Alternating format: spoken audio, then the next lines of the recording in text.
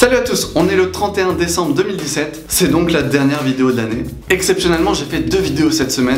Oui, ça va être mes bonnes résolutions pour 2018. Je vais attaquer un rythme de 2 vidéos par semaine. Alors je vous dis pas que ça va commencer dès le 1er janvier, mais courant janvier, voire février, j'aurai déjà pris le rythme de 2 vidéos par semaine. N'hésitez pas à mettre en commentaire quelle vidéo vous plaît le plus sur ma chaîne, comme ça je pourrais faire en fonction, m'organiser. Est-ce que vous voulez voir un peu plus de tutos? Est-ce que vous voulez me voir essayer de plus de tricks, du challenge, des défis? Est-ce que vous voulez des interviews, des reportages? Laissez-moi tout ça en commentaire. Aujourd'hui donc j'ai fait 2 vidéos cette semaine pour vous parler de la vidéo qui est en train de faire le buzz. C'est la vidéo la plus incroyable que j'ai jamais vue. Un indice si je vous dis Anthony Napolitan ou Napolitain, Napolitan. Pour la moitié d'entre vous ça vous parle déjà, ceux qui suivent un petit peu la communauté BMX, qui était sur Facebook et Instagram les 2 derniers jours là. Sa vidéo a complètement tourné partout. Honnêtement c'est la vidéo la plus ouf que j'ai jamais vue. Je sais pas comment c'était possible. Au début je pensais vraiment que c'était un fake. Si vous croyez pas au miracle, je pense que ça va changer après cette vidéo là. J'avais envie de vous dire âme sensible s'abstenir, mais en fait non, tout se passe bien, vous pouvez regarder la vidéo, il n'y a aucun moment trash dans cette vidéo là. J'en dis pas plus, je vous envoie les images.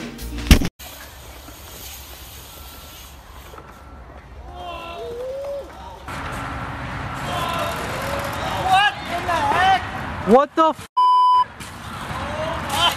Voilà, je me la suis passé au moins une centaine de fois pour comprendre qu'est-ce qui s'est passé vraiment.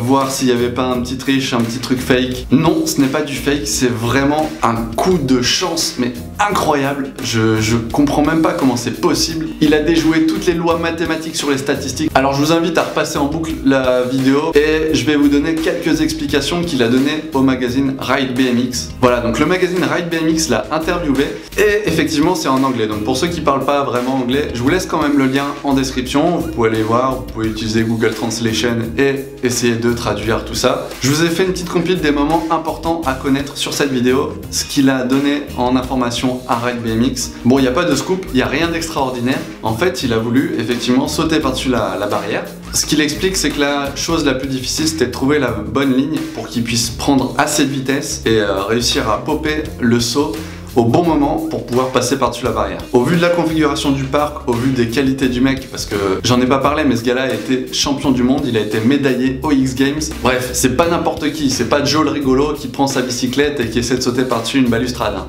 Palissade. Voilà, donc il explique qu'en fait le plus dur c'était de trouver vraiment la ligne qui allait lui donner le plus de vitesse, être assez smooth quand il part sur le départ et assez de propulsion pour passer au-dessus de la barrière, et forcément avec la vitesse normalement ça passe. Bon, déjà sauter au-dessus de la barrière c'est compliqué, mais passer en front flip, je vous explique pas le délire. Quand vous faites un salto avant, vous voyez pas ce qui se passe, vous voyez juste le ciel et la récepte. Donc il explique qu'il était vraiment convaincu de sa ligne, il avait confiance en lui, sauf qu'au moment de sauter, il a popé, mis une impulsion un petit peu trop forte sur la sortie, ce qui fait qu'au lieu d'aller en longueur, il est parti un petit peu trop en hauteur. On le voit très bien sur la vidéo et du coup, ça aurait pu très mal se finir. Alors le magazine lui demande s'il avait mis quelque chose en place pour éviter justement de se faire empaler sur la barrière ou si c'était complètement de la chance. Alors il répond que c'était complètement de la chance, il avait rien mis sur la barrière. Effectivement c'est très dangereux, très risqué. Ce gars-là c'est un professionnel, je vous invite pas du tout à faire ce qu'il a fait. Déjà il faut avoir les skills pour balancer un front flip. Ensuite il faut avoir les compétences pour connaître la ligne et la trajectoire. Et surtout comme je vous dis, ce gars-là est ancien champion du monde, médaillé aux X Games. C'est vraiment un des meilleurs riders au monde, donc à ne pas faire chez vous. Alors effectivement dans la vidéo c'est un peu compliqué de savoir qu'est-ce qui se passe exactement au moment de l'impact. Et Anthony répond qu'en fait il n'a pas compris lui-même. Il est arrivé les jambes pile entre les tubes de la barrière et les mains posées sur les barres. Comme je vous disais, statistiquement c'est complètement impossible. Alors le plus gros souci c'est que ses jambes ont été vraiment compactées entre les barrières. Imaginez que vous avez ça de place et qu'il faut passer votre cuisse. Ça sert un petit peu. Il explique aussi que, en général, les riders, avec l'expérience, on apprend à avoir une réaction assez calme. Ça sert à rien de paniquer. Le mal est fait. S'il y avait eu un gros problème, dans tous les cas, ça sert à rien de crier, de paniquer. Il faut rester calme et trouver, dans la mesure du possible, une solution. Là, il a été très chanceux, mais dans sa chance, il fallait quand même qu'il arrive à sortir des barrières, c'était quand même assez compliqué. Il l'a fait et sans trop de dommages et voilà, j'arrive même pas à comprendre comment c'est possible, c'est vraiment incroyable. Et la dernière question, que le magazine lui pose, c'est savoir est-ce qu'il va retenter cette figure-là. Alors à savoir qu'il est en train de filmer un edit pour Colony, c'était pour ça qu'il avait fait cette vidéo-là, il est en train de sortir une grosse vidéo, donc je pense que c'est le meilleur teaser au monde. Et effectivement, il a répondu oui, il a gardé confiance en lui. Alors est-ce qu'on le verra dans la prochaine vidéo Colony? On verra ça, on va suivre ça de près. La décision lui appartient.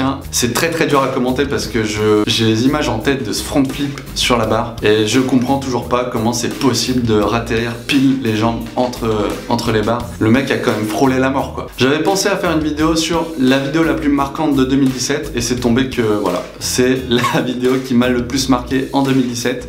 Laissez en commentaire si la vidéo vous a plu, laissez un petit pouce bleu et n'hésitez pas à vous abonner en masse. Partagez la vidéo autour de vous si vous avez trouvé que cette vidéo est complètement incroyable. Voilà, c'est tout pour aujourd'hui. Je vous dis de passer une excellente soirée du réveillon et à l'année prochaine.